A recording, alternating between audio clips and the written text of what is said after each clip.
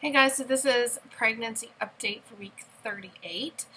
Um, you're gonna have to excuse me. I'm just like so completely in awe that I've reached the point in pregnancy where I'm at because this is actually the end of 38 weeks. So tomorrow I will be 39, and this is most likely going to be my last pregnancy vlog. And maybe I'll do like little updates here and there, but more than likely it's gonna be the last time I do an update like this. I've spent the last 250 some odd days pregnant, and I've felt this baby move and kick and, roll inside of me, and now I feel like a ticking time bomb where any moment, hopefully, of any given day, labor could start and I could be on my way to meeting this little boy. Like,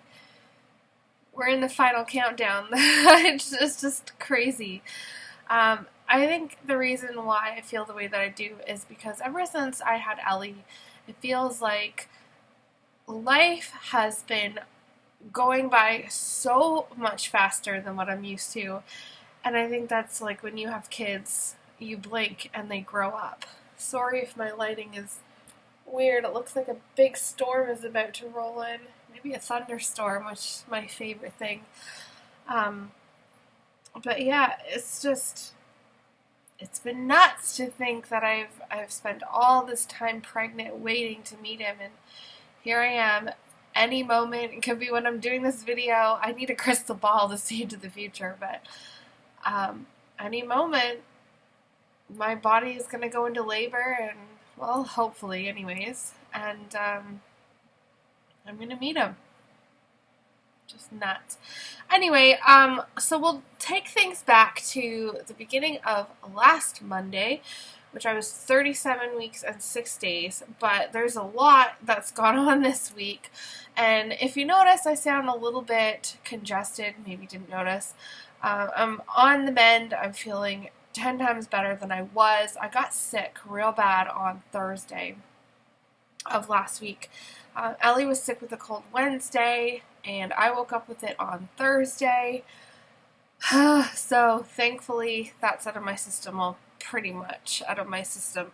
Although I did develop a little bit of a cough, so that kind of sucks. But her and I are feeling much, much better. She's so resilient. She's got an insanely good immune system, so that's a good thing.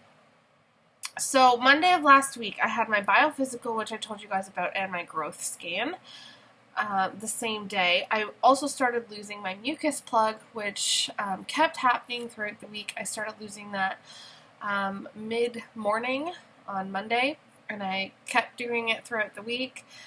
I'm not really sure how much more I have left to lose. I'm sure like this thing is huge. I've never personally seen a mucus plug before. I don't want to see anybody else's mucus plug, so I'm sure there's much more in there, but I don't want to elaborate on how much has come out or whatever, but yeah, there's that, and I never experienced that with Ellie either, and if I did, I definitely don't remember it. I had my OB appointment on Tuesday, which I did do a separate video about because there's, I was presented with a plan of, I have like a cat hair or something. I was presented with a plan of a possible Foley bulb induction later on in the week. And, like, if you want to hear all the reasons why, like, the thought process behind this decision, you can go over to that video because I really don't want to talk about that on this video, but I still need to make up my mind about that. I really haven't thought too much about it. Well, I've thought a lot about it, that's not true, but I haven't gained enough confidence in myself to make a decision. I'm very nervous I'll be making the wrong decision. I mean, I don't have a gut feeling that I'm, like, if I made it, I don't think that it would be a bad decision. But this is where I need a crystal ball to see into the future. I just don't know how I feel about it. I need to hear more experiences with the Foley bulb. I've heard a few. I've heard that it hurts like crazy, which of course it sounds like it would. I've heard some people say it's just a minor discomfort, and then I've heard others say it's like 10 out of 10 on the pain scale. And I think those people who had the catheter were not dilated in any way, shape, or form. That's why it hurts so bad, because they had a long way to go. So, I don't know. I just need to look up a few more stories and find some more experiences. And, I've talked 100 times with now 2 different OBs about the extra risks involved. There's really not much more of a risk. It's like 0.5%. So it's still something to be considered, but it's not like 10% of something going wrong. So I just need to gain more confidence and make a final decision. Anyways, I had my sweep done too, and I talked about that in that video, but I'll go over that in this one. I'm telling you, the stuff that they say, like, oh, the pains of birthing your child, you forget how bad it was. I mean, I don't think you ever fully forget the pain, but maybe the intensity of it, because holy my God, I don't remember the sweep being that painful when I was pregnant with Ellie. That hurt so bad, and I remember it being, painful, and I think my thought process was it was so painful because I wasn't expecting it, and like I said, I'm pretty sure the whole 3rd floor of the hospital heard me scream, just because it was so unexpected, and I thought she was just checking me, not going to do a sweep.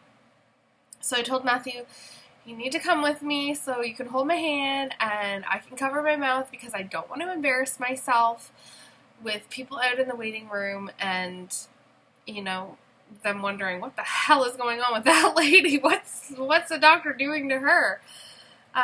So, she checked me, and I told her, I said, tell me when you're going to do it so I can be prepared. So she checked me and said that my dilation had not changed, but it seemed like it wasn't as difficult to stick her finger on my cervix. So I'm still 1 centimeter dilated. I was last Tuesday anyways. And she said, okay, I'm going to do it now, and it's going to be 10 seconds. And I said, okay, 10 seconds. It's not going to be so bad. No, it was as freaking slowest 10 seconds of my entire life. It felt like 10 years lying on the table. Oh my God. And I think because I told her, make it worth it because I don't want to be in pain for anything. Like, let's make this do something to me. She really dug in there as if she was looking for buried treasure. And my husband said she had her game face on, whatever that means, but he was horrified. The look on his face was horrifying. He just had big eyes, and he's like, what? Is this normal? I just laugh now because I wonder if he's going to have the same face tomorrow when it happens. So she's doing it, and I involuntarily closed my legs because it hurts. Like, she got to 2, and she said, like, she explained to me the process, and she's going to flip her finger back and forth. And you would think, like, okay, that's not going to be that bad. But she really dug in there like it was buried treasure. And she got to 2, which she was counting out loud, and I involuntarily closed my legs. That was kind of embarrassing. So she pries open my leg with a free hand, and she's continuing the sweep. So at this point, I'm trying to crawl up the bed to get away from her because it hurt.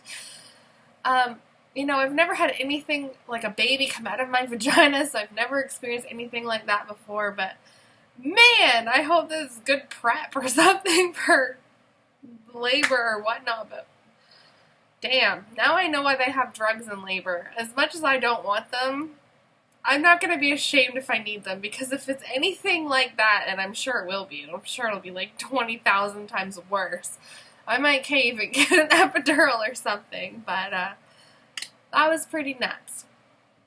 Anyway, so she said, you might have some spotting or bleeding or whatever. We'll see you next week. So we went and walked around the mall for a while. My husband didn't go back to work that day because we didn't know. From previous experience, her first sweep put me into labor with Ellie. So we didn't know if this one would work or not. So we walked around the mall for a little while and then came home and bounced on my ball. But I was so sore from this thing that I could hardly put one foot in front of the other. So I thought, I'm not going to like wear myself out or like get myself too sore because I don't know if this is going to work. So we came home, and Wednesday night I had some pretty intense back pain, and it was like a period cramp, something like, it feels like you're about to start your period. That's what it felt like in the front and in the back. And it kept me up for a few hours, actually. And that was the night that Ellie was sick. And I woke up Thursday morning with her cold. Thursday, I'm trying to remember what happened that day. I think I just lost more plug and maybe some contractions started. Thursday's a foggy day for me. But I spent the day pretty much hopped up on Tylenol. Thursday and Friday, I maxed out on Tylenol. I felt so awful. And I thought it was going to take forever before I felt good because your immune system is generally lowered when you're pregnant. So, anyway, I'm feeling fine now, but that was a really crappy day. What else happened? Just trying to remember if anything happened on Friday. I don't think. Saturday. I know Matt worked on Saturday for a little while, and I went to bed, I think about 8 o'clock at night, and woke up with the most horrible cramps in my back. Like, it was just a constant cramp. It wasn't a contraction or anything like that. And it stayed there from 11 o'clock at night until 5 in the morning, and I just passed out from exhaustion. I was so tired. I got up and rocked on my ball. I actually listened to my meditation music. I was so confused because I never experienced pain like this, especially with Ellie. I feel like a first-time mother all over again. The pain that I felt with her feels different than the pain that I'm feeling with this baby. I didn't really progress too much with her, and I'm wondering if this maybe because she could have been sunny side up, and that's why the induction went to hell, or maybe that's why I never really dilated all that much. It's hard to say. So this baby, though, I had my biophysical this morning, and he's in the perfect position, so I'm wondering if all this pain that I've been having is slowly starting to do something to my cervix, whether that be dilate it or efface it some more. I'll find out tomorrow. But 4 a.m. rolled around, and I had this intense burning pain in my incision. And I've talked about burning pain before, but this was nothing like I had ever experienced, and it really scared me. I was feeling the baby move just fine. I had no bleeding, no spotting. At that point, the mucus plug had stopped coming out. I had lost some earlier in the night, but there was no more when I went to the bathroom. And it's just pain, and I was rubbing it to see, like, does it hurt when I touch it, and it didn't, but it was such a weird sensation. So I talked to a few other people, and they said that generally when the baby gets lower into the pelvis and passes that area, your old scar tissue has to stretch out, and that can become really painful, especially if it's all of a sudden. So maybe he's a little bit lower. I feel like I'm walking with a bowling ball between my legs, and he feels lower in my belly, so I guess we'll see. Sunday was Father's Day.